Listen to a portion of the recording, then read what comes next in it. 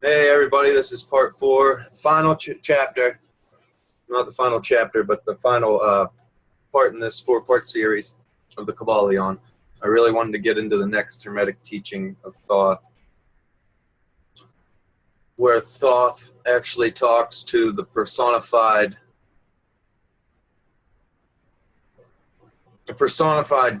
piece of the universal consciousness. Essentially, the universal consciousness came into a personification and spoke to him. And I want to read that to you. This is the next part. Chapter 12, Causation. Every cause has its effect. Every effect has its cause. Everything happens according to law. Chance is but a name for the law not recognized. There's many planes of causation, but nothing escapes the law. The great sixth Hermetic principle, the principle of cause and effects, embodies the truth that the law pervades the universe, that nothing is by chance, that chance is merely a term indicating cause existing but not recognized or perceived. That phenomena is continuous, without break or exception. The principle of cause and effect underlies all scientific thought, ancient and modern, and was enunciated by the Hermetic teachers in the earliest days.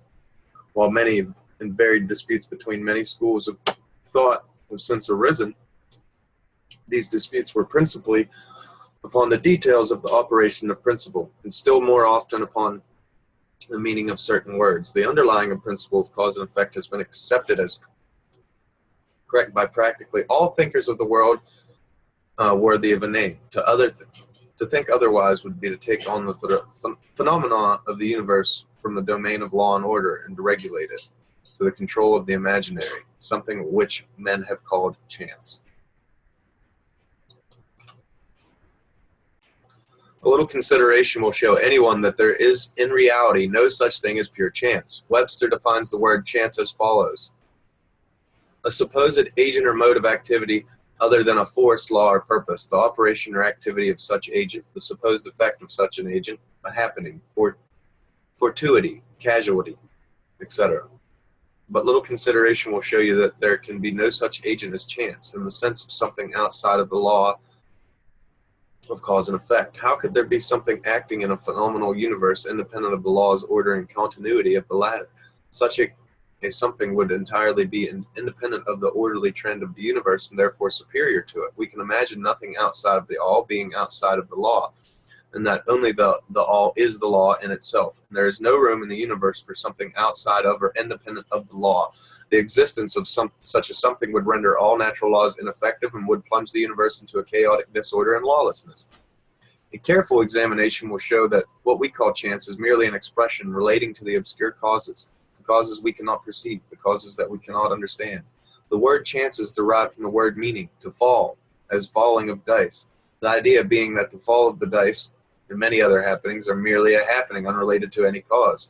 But at this sense in which the term is generally employed, but when the matter is closely examined, it is seen that there is no chance whatsoever about the fall of the dice. Each time a die falls, it displays a certain number. It obeys the law of as infallible, and that which governs the revolution of the planets around the sun. Back to the fall of the die are causes and chains of causes, running back further than the mind can follow. The position of the die in the box, the amount of muscular energy expended on the throw, the condition of the table, etc., etc. All are causes, the effect of which may be seen. But back of these seen causes there are chains of unseen preceding causes, all which have bearing upon the number of the die which fell uppermost. If a die be cast a great number of times, it will be found that the numbers shown will be about equal. That is, there will be an equal number of 1 spot, 2 spot coming uppermost. Toss a penny in the air and it may become done at either heads or tails, but make a sufficient number of tosses and the heads and tails will even out. This is the operation of the law of average, both the average and the single toss under the law of cause and effect. And if we were able to examine the preceding causes, it would be clearly seen that it is simply impossible for the die to fall other than it did, under the same circumstances at the same time. Given the same causes, the same results will follow. Here is always a cause and a B cause to every event. Nothing ever happens without a cause, or rather a chain of causes. Some confusion has arisen in the minds of the persons considering this principle from the fact that they were unable to explain how one thing could cause another thing, that is, to be the creator of the second thing. As a matter of fact, no thing ever causes or creates another thing. Cause and effect deals merely with events. An event is that which comes, arrives, or happens as a result of consequent or some preceding event. No event creates another event, but is merely a preceding link in the great orderly chain of events flowing from the creative energy of the all. This is a continuity between all events present, consequent, and subsequent. This is a relation existing between everything that has gone before and everything that follows. A stone is dislodged from the mountainside and crashes through the roof of a cottage in the valley below. At the first sight, we regard this as the chance effect. But when we examine the matter, we find a great chain of causes behind it. In the first place, which was rain, which softened the earth supporting the stone, which allowed it to fall. Then back of that was the influence of the sun, other rains, etc., which gradually disintegrated the piece of rock from a larger rock, and then were the causes which led to the formation of the mountain and its upheaval and convulsions of nature, and so on ad infinitum. And then we might follow up the cause behind the rain, etc. We might even consider the roof. In short, we would soon find ourselves involved in a mesh of cause and effect from which we soon strive to extricate ourselves. Just as a man has 2 parents and 4 grandparents, 8 great-grandparents, and 16 great-great-grandparents, and so on, when we say 40 generations are calculated, the numbers of ancestors run into many millions. So at this number of causes behind every most trifling event or phenomenon, such a passage of a tiny speck of soot before your eye, it is not an easy matter to trace this bit of soot back to the early period of world's history when it formed a part of the massive tree trunk, when it was afterward converted into coal, and so on, until the speck of soot now passes before your vision, on and to other adventures. And a mighty chain of events, causes and effects, brought it to the present condition. And the latter is but one of the chain of events that will go to produce the events hundreds of years from now. One of the series of events arising from this tiny bit of soot was the writing of these lines, which caused the typesetter to perform certain work, the proofreader to do likewise, in which all arose certain thoughts in your mind and that of others, which will in turn affect others, and so on and so on. Beyond the ability of man to think further, and all from the passage of the tiny bit of soot, all which shows the relativity and association of things. Further fact, there is no great, there is no small, in the mind that causeth all. Stop to think for a moment. If a certain man had not met a certain maid, away back in the dim period of the Stone Age, you who are now reading these lines would not be here now. And if perhaps the same couple failed to meet, we who now write these lines would not be here.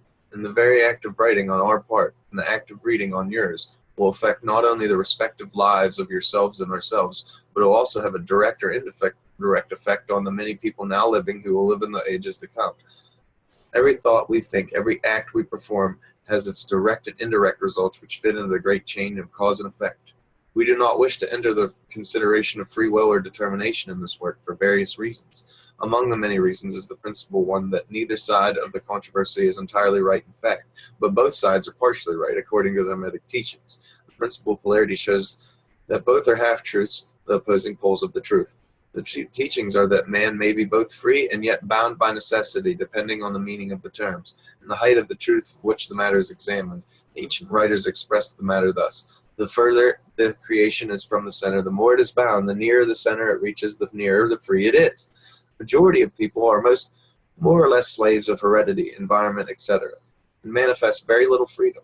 They are swayed by the opinions, customs, and thoughts of the outside world, and they also by their emotions, feelings, moods, etc. They manifest no mastery worthy of a name. They indignantly repudiate this assertion, saying, I am certainly free to act and do as I please. I just want to do what I want. I just do what I want to. But they fail to explain whence arise want to and as I please, what makes them want to. What makes them want to do one thing in a preference to another? What makes them please to do this or not do that? Is there no because of their pleasing and wanting? The master can change these pleases and wants into others and the opposites end of the mental flow. He is able to will instead of will because of some feeling, mood, emotion, or environment or suggestion arouses a tendency or desire within him to do so.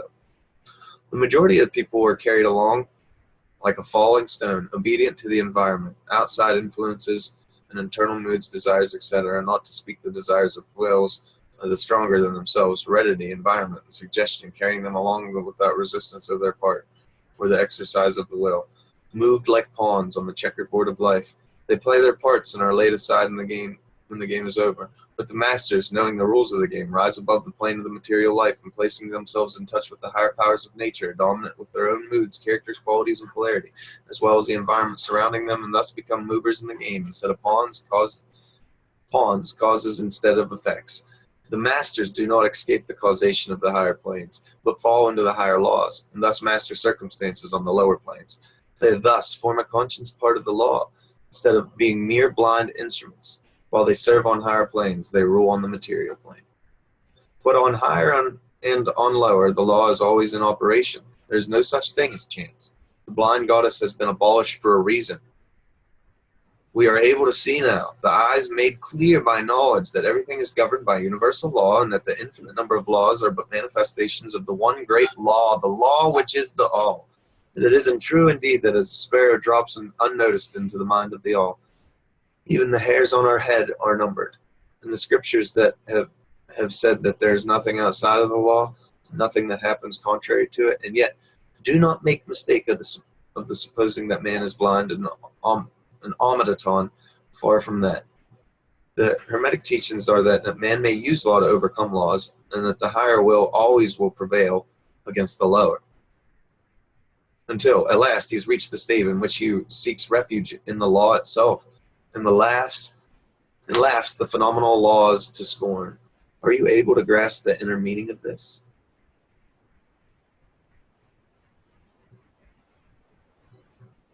Chapter 13, Gender. Remember, this was done by 3 initiated people of the mystery schools and the Hermetic teachings. These teachings have been passed down from Thoth, Hermes himself, to initiated ones, to their apprentices, and so on to this current day.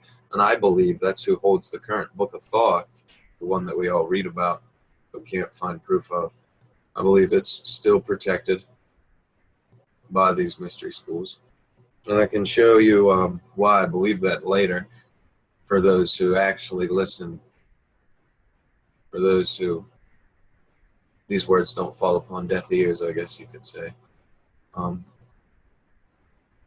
Appreciate those who do listen, by the way. It means a lot that you would follow this stuff passionately, but you know its roots and know why and the teachings and the philosophy behind it, why you're drawn to it in the first place. Like Anunnaki, Planet X, any of that. These teachings are the epitome of it, and they'll lead you to the conclusions you need, the reason you came here, the reason you look these videos up all the time. Gender is in everything. Everything has its masculine and feminine principles. Gender manifests on all planes. The great 7th Hermetic principle, the principle of gender, embodies the truth that there is gender manifested in everything, and that the masculine and feminine principles are ever present and active in all phases of the phenomena, on each and every plane of life. At this point, we think it well to call your attention to the fact that gender in its Hermetic sense and sex in its ordinarily accepted use of the term are not the same. The word gender is derived from the Latin root meaning to beget, to procreate, to generate, to create, to produce. A moment's consideration will show you that the word has a much broader and more general meaning than the term sex, the latter referring to the physical distinctions between male and female living things. Sex is merely manifestations of gender on a certain plane in the great physical plane, in the plane of the organic life. We wish to impress this distinction upon your minds for the reason that certain writers who have acquired a smattering of the Hermetic philosophy have sought to identify the 7th Hermetic principle, wild and fanciful and often reprehensible theories and teachings regarding sex. The office of gender is solely that of creating, producing, generating, etc., and the manifestations are visible on every plane of the phenomena. It is somewhat difficult to produce proofs of long of this along scientific lines for the reason that science has not yet recognized this principle as of a universal application, but still some proofs are forthcoming from scientific sources. In the first place, we have a distinct manifestation of the principle of gender among the corpuscles, ions, and electrons, which constitute the basis of matter in science as now knows the latter, but which is forming certain combinations that form the atom, which until lately was regarded as final and indivisible. The latest word of the science is that the atom is composed of a multitude of corpuscles, electrons, or ions. And we're going to do this because I ran into this word so many times that I have to pull it up for you guys because I know that it's just going to be easier. Oh, fuck. I don't know where I left off. So I'm just going to start over, I guess.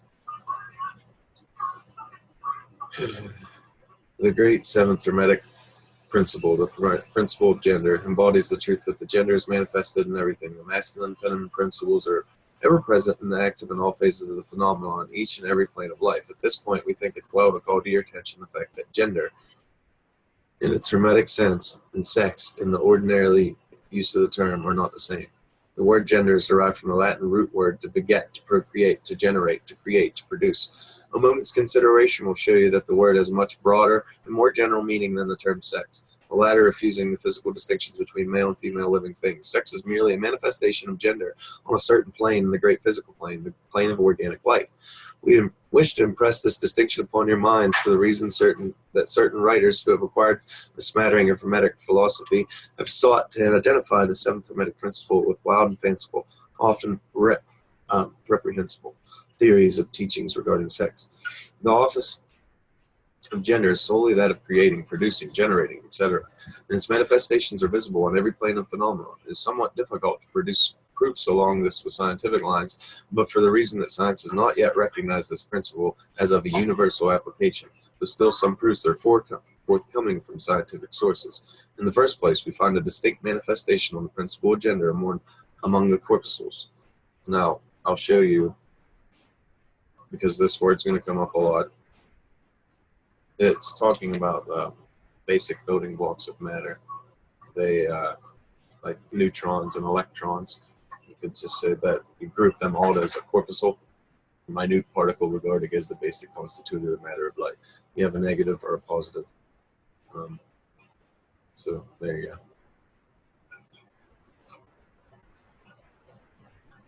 The corpuscle, and I'll even do this for you to show you. Let me do that again.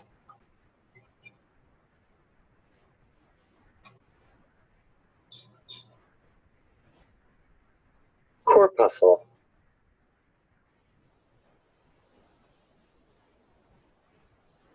Corpuscle. There you go. The gender among the corpuscles, ions and electrons, which constitute the basis of matter, science now regards as the latter, which by forming certain combinations form an atom, which until lately was regarded as final and indivisible.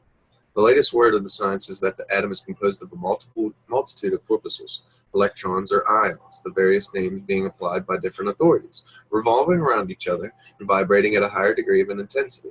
But the accompanying statement is made that the formation of the atom is really due to the clustering of negative corpuscles around a positive one, the positive corpuscles seeming to exert a certain influence upon the negative corpuscles, causing the latter to assume certain combinations and thus create or generate an atom. This is then in line with the most ancient of Hermetic teachings, which they have always identified the masculine principle of gender with the positive and the feminine with the negative poles of electricity, so-called. Now, a word at this point regarding the identification. The public mind has formed an entirely erroneous impression regarding the qualities of the so-called negative pole of electrified or magnetized matter.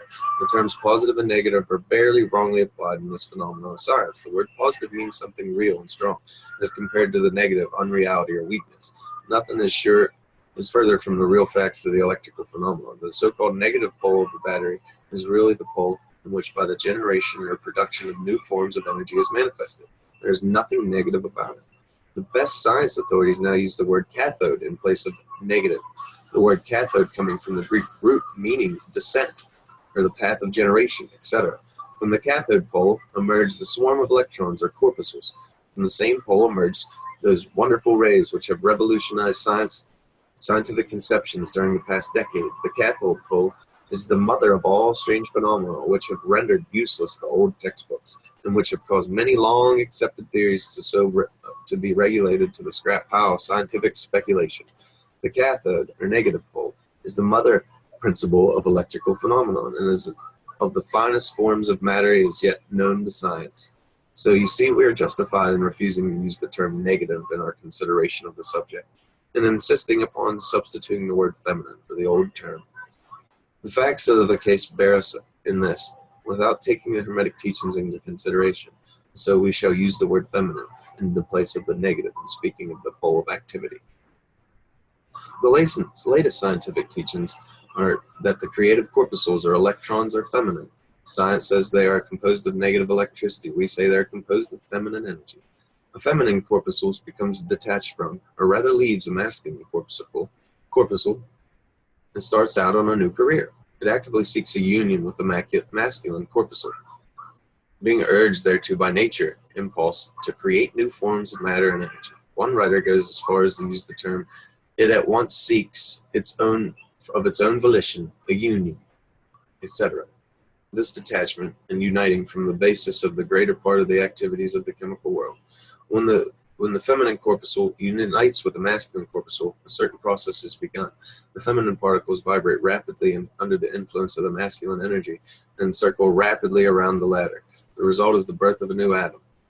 This new atom is really composed of the union of the masculine and feminine electrons or corpuscles. When the union is formed, the atom is a separate thing. They have certain properties, but no longer manifesting the property of free electricity. The process of detachment or separation of the feminine electrons is called ionization.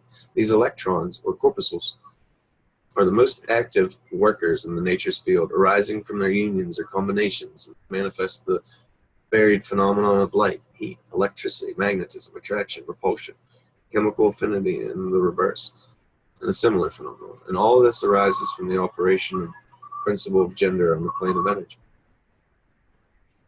The part of this masculine principle seems the directing a certain inherent energy towards the feminine principle, and thus starting in an activity of creative process.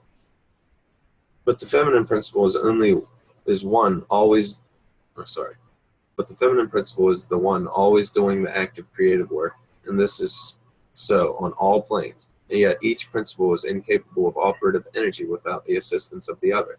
In some or other forms of life, the two principles are combined into one organism. For that matter, everything in the organic world manifests both genders. There's always a masculine present in the feminine form, and in the feminine form, masculine. Their Hermetic teachings include much regarding the operation of two principles of gender and the production and manifestation of various forms of energy, etc. But we do not deem it expedient to go into detail regarding this at this point, because we are unable to back up the same with scientific proof for the reason that science has not progressed thus far.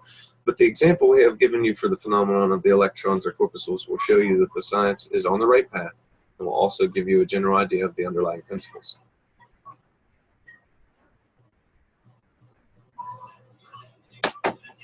Some leading scientific investigators have announced their belief that this is the formation of crystals. There was to be found something that corresponds to sex activity, which in another straw showing the direction of the scientific winds are blowing. And each year will bring another facts to corroborate the correctness of the Hermetic principle of gender. It will be found that gender is constant operation and manifestation in the field of inorganic matter and in the field of energy or force. Electricity is now generally regarded as something in which all forms of energy seem to melt or dissolve. The electrical theory of the universe is the latest scientific doctrine and is growing rapidly in popularity of general acceptance, and thus follows that if we are able to discover the phenomenon of electricity, even the very root source of its manifestation, clear and unmistakable evidence of the presence of gender in its activities, we are justified in asking you to believe that science has at last offered proofs of the existence in all the universal phenomena of the great Hermetic principle of the gender. It is not necessary to take up your time with the well-known phenomenon of the attraction or repulsion of atoms, chemical affinity, the love-hates, the atomic particles, the attraction of cohesion between the molecules of matter. These facts are too well known to need to extend comment from us. But have you ever considered that all these things are manifestations of the gender principle? Can you not see that the phenomenon on all fours with the corpuscles and electrons? More than this, can you see the reasonableness of the Hermetic teachings, which assert that the very law of gravitation, that strange attraction by reason of which all particles and bodies of matter in the universe tend towards each other, but another manifestation of the principle of gender, which operates in the direction of attracting masculine to feminine energies and vice versa? We cannot offer you scientific proof at this time, but examine the phenomenon of the light of Hermetic teachings on the subjects and see if you have not better working with your hypothesis than every other physical science. Submit all physical phenomena to this test. You will discern the principle of gender ever in the evidence. Now let us pass on to consideration of the principle of the mental plane. Many interesting features are awaiting examination.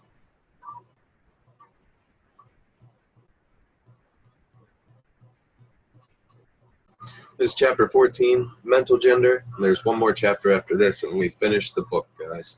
So thank you for those all that hung in there and maybe had to hear me read a paragraph or a chapter twice, because this has been long and drawn out, and I've read it a couple times, and I don't exactly remember where I left off. So thanks for listening. Students of psychology who have followed the modern trend of thought along the lines of the mental phenomenon are struck by the persistence of the dual mind idea, which have manifested itself so strongly during the past 10 or 15 years, which have given rise to a number of plausible theories regarding the nature and constitution of these two minds. The late Thomas J. Hudson obtained a great popularity in 1893 by advancing his well-known theory of the objective and subjective minds, which he held existed in every individual. Other writers have attracted almost equal attention by theories regarding the consciousness and subconscious mind, the voluntary and involuntary minds, the active and passive minds, etc., etc. Theories of various writers differ from each other, and the others remain the underlying principle of the duality of mind.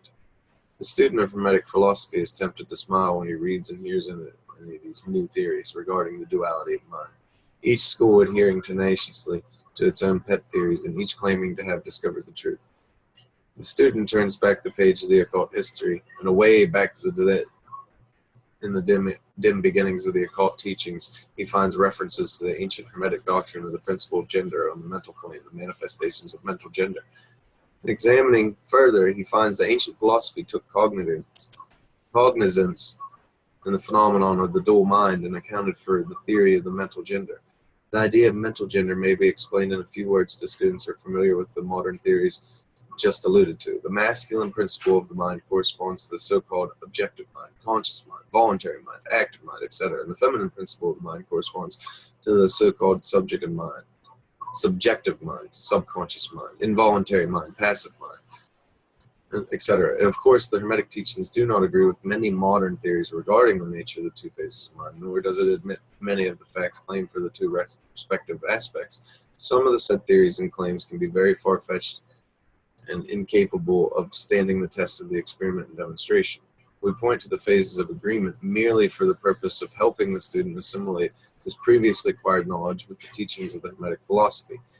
Students of the Hudson will notice the statement at the beginning of his second chapter of the Law of Physics and Phenomena that mystic jargon of Hermetic philosophers discloses the same general idea, duality of mind. If Dr. Hudson has taken the time and trouble to decipher a little of the mystic jargon of the Hermetic philosophy, he might have received much light upon the subject of the dual mind, but then perhaps his most interesting work might have not been written. Let us consider the Hermetic teachings regarding mental gender. The Hermetic teachings impact the instruction regarding the subject by bidding their students to examine the report of their consciousness regarding their self. The students are bidden to turn their attention inward upon the self-dwelling within each. Each student is led to see that his consciousness gives him a report of the existence of this. The self-report is, I am. This at first seems the final words from the consciousness. But a little further examination discloses the fact that I am may be separated or split into two distinct parts or aspects, which while working in unison or conjunction, yet nevertheless may be separated in consciousness. While at first there seems to be only I existing, a more careful, closer examination reveals the facts that there exists an I and a me. These mental twins differ in their characteristics and nature, An examination of their nature and the phenomenon arising from the same will throw much light upon the problems of mental influence. Let us begin with the consideration of the me, which is usually mistaken for the I by the student, until he presses the inquiry a little further back into the recesses of his consciousness.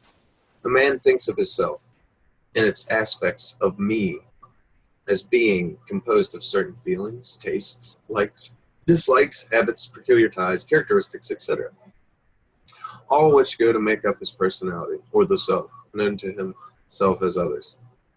He knows that the emotions and feelings change, are born and die away, and are subject to the principle of rhythm, the principle of polarity, which takes from one extreme to the feeling of another. He also thinks of the me, a certain being of aspect. He thinks of me as being certain knowledge gathered together in his mind and thus forming a part of himself. This is the me of man. But we have proceeded too hastily. The me of many men, be said to consist largely of their consciousness of the body and their physical appetites, etc., their consciousness being largely bound up by their bodily nature. They practically live there. Some men even go as far as to regard their personal apparel as part of their me, and actually seem to consider it part of themselves. A writer has humorously said that men consist of three parts: soul, body, and clothes. These clothes-conscious people would lose their personality if divested of their clothing by savages upon the occasion of a shipwreck. But even many who are not so closely bound up by the idea of personal raiment stick closely to the consciousness of their bodies being their me. They cannot conceive a self independent of the body. Their mind seems to them to be practically a something belonging to their body, in which in many cases it is indeed. But as a man rises in the scale of consciousness, he is able to disentangle his me from the idea of his body, and is able to think of his body as belonging to the mental part of him. But even then, he is very apt to identify the me entirely within the mental states, feelings, etc., which he feels exist within him. He is very apt to consider these internal states as identical with himself, instead of there being simply things produced by some part of his mentality and existing within him, of him, and in him, but still not himself. He sees that he may change the internal states of feelings by all effort of will, and that he may produce a feeling or state of exactly the opposite nature in the same way, and yet the same me exists. And so after a while, he's able to set aside these various mental states, emotions, feelings, habits, qualities, characteristics, and other personal beings. He's able to set them aside in the not-me collection of curiosities and encumbrances, as well as of valuable possessions. This requires much mental concentration and power of mental analysis on the part of the student. But still, as the task is possible for the advanced student, and even those not so far advanced are able to see in the imagination how the process may be performed. After this laying aside process has been performed, the students will find himself in conscious possession of a self, which may be considered in its I and me dual aspects. The me will be felt as something mental in which thoughts, ideas, emotions, feelings, and other mental states will be produced. It may be considered that the mental womb, as the ancients styled it, capable of generating mental offspring.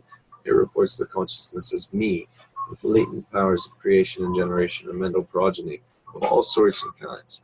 Its power of creative energy are felt to be enormous, but still, it seems to be conscious that it must receive some form of energy from its I companion, or else from some other I, able to bring up being in its mental creation. The consciousness brings within its realization an enormous capacity for mental work and creative ability. But the student still finds that this is not all that he finds within his inner consciousness. He finds that there exists a mental something which is able to will the me act along the creative lines, which is also able to stand aside and witness the mental creation. This part of himself he is taught to call his I. He is able to rest in its consciousness at will. He finds there is not a consciousness of an ability to generate and create in the sense of the gradual process attendant dependent upon mental operations, but rather a sense of consciousness and ability to project an energy from the I to the me, process of willing that the mental creation begin and proceed. He also finds that the I is able to stand aside and witness the operations of the me, the mental creation and generation. There's the dual aspect of the mind in every person. The I represents the masculine principle of the mental gender. The me represents the feminine. The I represents the aspect of being. The me is the aspect of becoming. You know, notice the principal correspondence operates on this plane just not as it does in the great plane on which the creation of the universe is performed. The two are similar in kind, although vastly different degree. As above, so below, as above. These aspects of the mind and the masculine and feminine principles, the I and the me, considered in the connection with the well-known mental and psychic phenomena, give the master key to these dimly known regions of the mental operation and manifestation. The principle of mental gender gives the truth underlying the whole field of the phenomena, the mental fluence, etc. The tendency of the feminine principle is always in the direction of receiving impressions, while the tendency of the masculine principle is always in the direction of giving out or expressing. The feminine principle has much more varied field of operation than the masculine principle. The feminine principle conducts the work of generating new thoughts, concepts, ideas, including the work of imagination. The masculine principle contents itself with the work of the will in its varied phases, and yet without the active aid of the will in the masculine principle, the feminine principle is apt to rest with generating mental images, which are results of the impressions received from the outside instead of producing original mental creations. Persons who can give attention and thought to a subject actively employ both the mental principles, the feminine of the work of the mental generation, and the masculine will in the stimulating the energy and creating the portion of the mind. Creative portion of the mind. The majority of the persons really employ the masculine principle, but little are content to live according to the thoughts and ideas instilled into the me from the I of other minds. But it is not our purpose to dwell upon this phase on the subject, which may be studied by any good textbook upon psychology, with the key that we have given you regarding mental gender. The students of psychic phenomenon are aware of the wonderful phenomenon classified under the head of telepathy, thought transference, mental influence, suggestion, hypnotism, etc.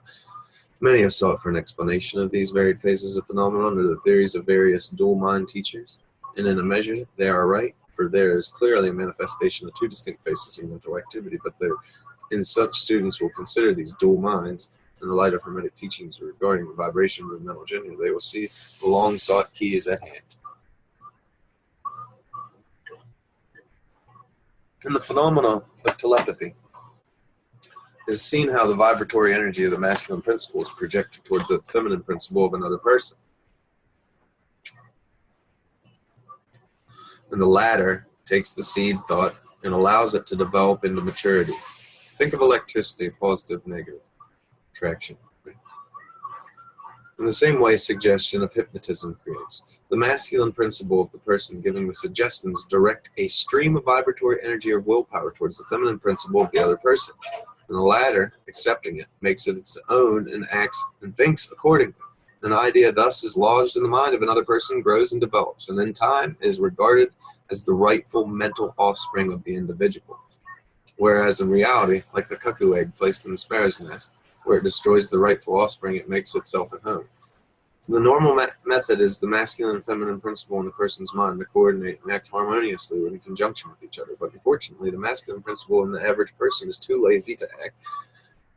The display of willpower is too slight, and the consequences is that such person are ruled almost entirely by the minds of the original actions and performed by the average. Entirely by the minds and the wills of other persons, whom are allowed to do their thinking and willing for them. How few original thoughts or original actions are performed by the average person.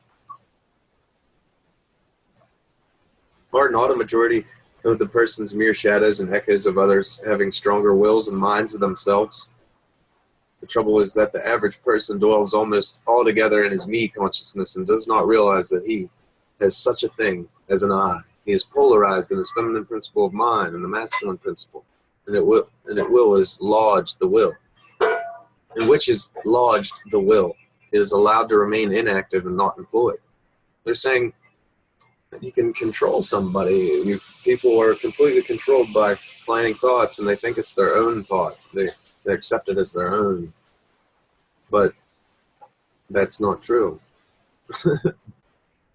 There's influence everywhere, cause and effect. You just got to listen to the laws that they taught and they teach us. The strong men and women of the world invariably manifest masculine principle of will, and their strength depends materially upon this fact. Instead of living upon the impressions made upon their minds by others, they dominate their own minds by their will, obtaining the kind of mental images desired, and moreover dominate the minds of the others likewise in the same manner. Look at the strong people, how they manage to implant their seed thoughts in the minds of the masses of the people, thus causing the latter to think thoughts in accordance with the desires and wills of the strong individuals. This is why the masses of people were sheep-like creatures, never originating an idea of their own, nor using their own powers of mental activity. The manifestations of mental gender may be noticed all around us in everyday life. The magnetic persons are those who are able to use the masculine principle in the way of impressing their ideas upon others. The actor who preaches, the people who weep, or cries as he wills, is employing this principle.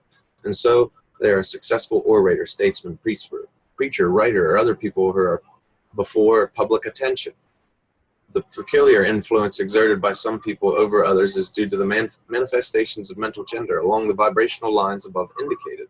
In this principle lies the secret of the personal magnetism, personal influence, fascination, etc., as well as the phenomenon generally grouped under the name of hypnotism.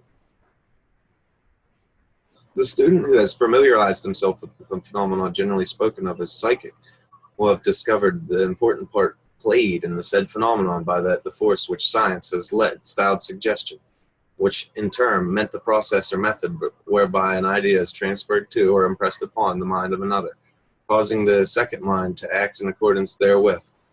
A correct understanding of the suggestion is necessary in order to intelligently comprehend the very physical phenomenon which the suggestion underlies, but still, more is a knowledge of vibration and mental gender necessary for the students of suggestion, for those principles of suggestion depends upon the principle of mental gender and vibration.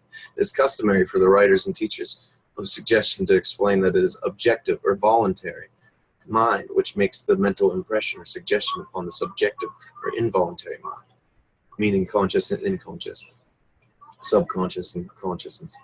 But they do not describe the process and give us the analogy in nature whereby we more readily comprehend the idea. But if you will think of the matter in the light of the Hermetic teachings, you will be able to see the energizing of the female principle by the vibratory energy of the masculine in accordance to the universal laws of nature, and then that natural world affords countless analogies whereby the principle may be understood. In fact, the Hermetic teachings show that the very creation of the universe follows the same law, and that all creative manifestations upon the planes of the spiritual, mental, and physical, there's always an operation, this principle of gender, this manifestation of masculine and feminine principles, as above, so below, as below, so above. And more than this, when the principle of mental gender is once grasped and understood, the very phenomenon of psychology at once becomes capable of intelligent classification and study. Instead of being very much in the dark, the principle works out in practice because it is based upon immutable, universal laws of life.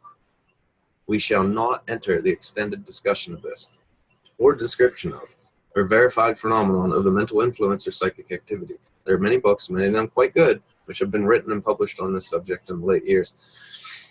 The main facts stated in these various books are correct, although the several writers have attempted to explain the phenomenon by various pet theories of their own. The student may be acquainted himself with these matters by using the theory of mental gender, and he will be able to bring order out of the chaos of conflicting theories and teachings, and may, moreover, readily make himself a master of the subject if he so be inclined.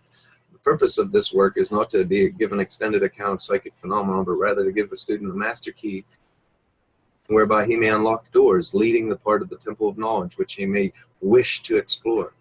We may feel in this consideration of the teachings of the Kybalion, one may find an explanation which will serve to clear away perplexing difficulties, a key that will unlock many doors. What is the use of going into detail regarding all of the many features of the psychic phenomenon of mental science, provided we place in the hands of the students the means of regard whereby we acquaint himself fully regarding any phase in the subject which may be interesting within him. And within the aid of the Kybalion, one may go through any occult library anew, an old light Egypt illuminating many dark pages and obscure subjects. That is the purpose of this book. We do not come expounding a new philosophy, but rather furnishing the outlines and the great world-old teachings, which would make clear the teachings of the others, which will serve as a great reconciler of differing theories and opposing doctrines. This is a key. If you use these principles and laws, you can discern and solve any question or principle or anything that you're trying to figure out or ponder. Anything. You can prove it without a doubt, at least in your mind. Like I said, scientific evidence is all around you if you know how to connect the dots. And this is the final chapter. Hermetic axioms. The possession of knowledge, unless accompanied by a manifestation or expression in action, is like the hoarding of precious metals, a vain, foolish thing. Knowledge, like wealth, is intended for use. The law of use is universal, and he who violates it suffers by reason of conflicts with natural forces.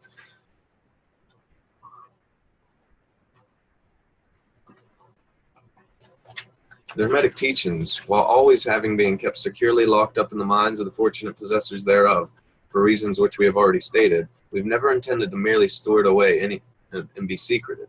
The law of uses dwelt upon the teachings, as you may see by reference to the above quotation from the Kybalion, which states it forcibly.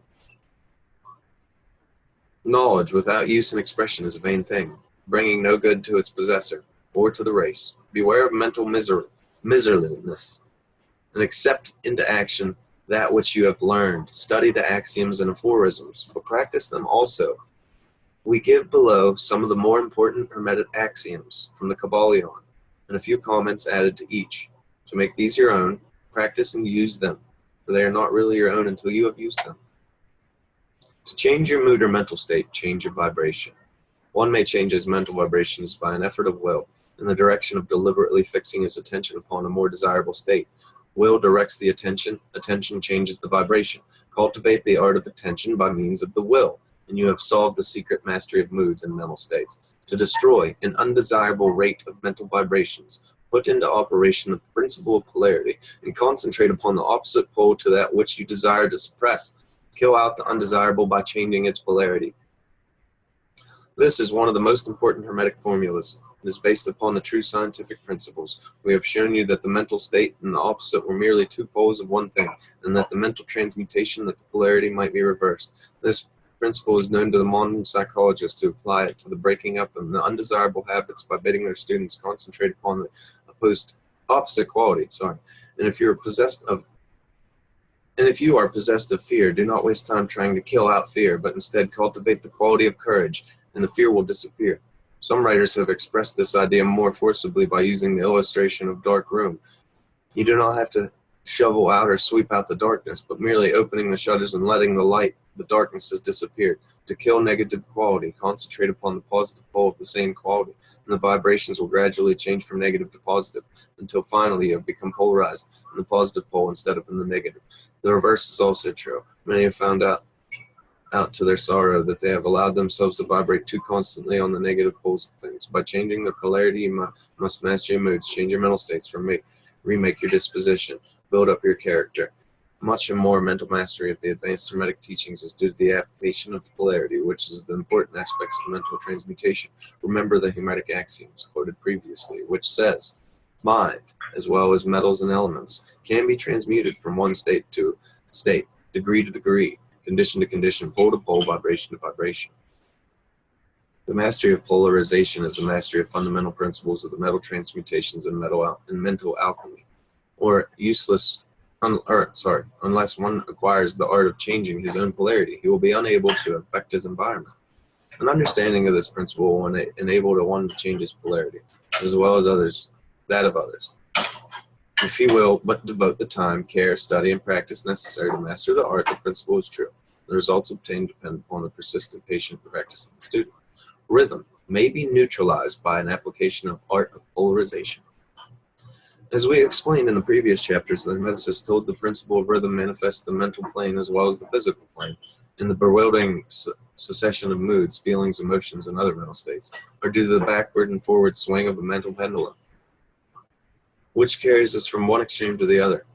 The Hermeticists also teach the law of neutralization enables one, to a great extent, to overcome the operation of rhythm and consciousness. As we have explained, there's a higher plane of consciousness, as well as an ordinary lower plane, and the master, by arising mentally to the higher plane, causes the swing of the mental pendulum to manifest on the lower plane, and he is dwelling on his higher plane, escapes the consciousness of the swing backwards.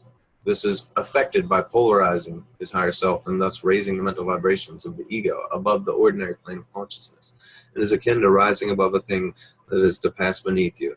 The advanced Hermeticist polarizes himself at the positive role of his being, the I am pole, rather than the personality, and by refusing and denying the operation of rhythm, raises himself above its plane of consciousness, and standing firm in his statement of his beings allows the pendulum to swing back on the lower plane without changing his polarity, and thus is accompanied by individuals who attained any degree of self-mastery, whether they understood the law or not. Such persons simply refuse to allow themselves to be swung back by the pendulum of mood and emotions, and by steadfastly affirming the superiority, they remain polarized on the positive pole. The master, of course, attains a far greater degree of proficiency, because he understands the law which he is overcoming by a higher law, and by the use of this law will he attain a degree of poise and mental steadfastness, almost impossible of belief on the part of those who allow themselves to be swung backwards and forward on the mental pendulum of moods and feelings. Remember always, however, you do not really destroy the principle of rhythm,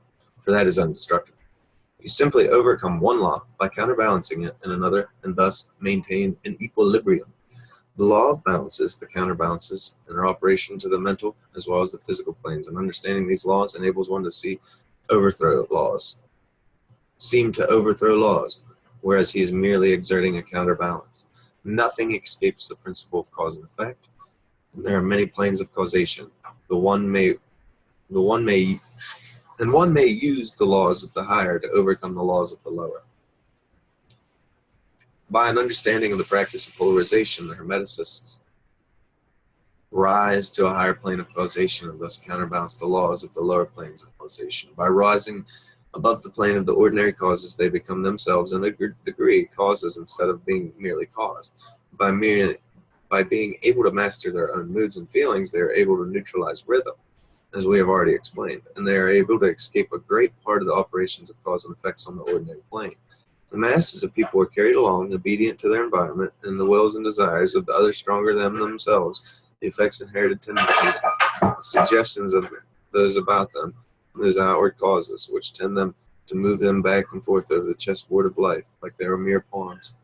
For rising above these influencing causes, the advanced Hermeticists seek a higher plane of mental action, and by dominating their moods, emotions, impulses, and feelings, they create for themselves a new character, qualities, and power, and by these overcome their ordinary environment and thus become practically players instead of mere pawns.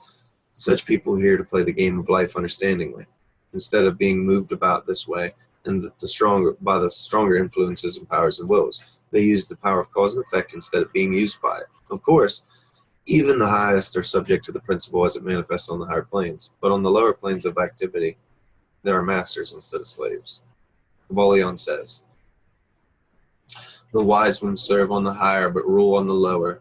They obey the laws coming from above them, but on their own plane, and those below them, they rule and give orders. And yet, in doing so, they form a part of principle instead of opposing it. The wise man falls in with the law, and by understanding its movements, he operates instead of being in its blind slave, just as does the skilled swimmer, turn this way and that way, going and coming as he will, instead of being as a log which is carried here and there. So is the wise man compared to the ordinary man, and yet both swimmer and law, wise man and fool, are subject to law. He understands this well on the road to the mastery." In conclusion, let us call your attention to the Hermetic axiom. True Hermetic transmutation is a mental art. In the above axiom, the Hermeticist teaches the great work of the influencing one's environment is accompanied by the mental power, the universe being holy in nature. It follows that it may be ruled by only mentality, and thus the truth is found, an explanation of the phenomenon of manifestations of the various mental powers which are attracting so much attention and study in those earlier years of the 20th century. Back of and under teachings of the various cults and schools remains ever constant the principle of mind and mental substance of the universe. And the universe be mental in the substantial nature, then it follows the mental transmutation and must change the conditions and phenomena of the universe. If the universe is mental, then the mind must be the highest power affecting this phenomenon. And be understood that the so-called miracles and wonder workings are seen plainly for what they are. The all is mind, the universe is mental. Venice. All right, hope you guys enjoyed. And if you really listen to all these chapters, I guarantee you that this will change your life for the positive.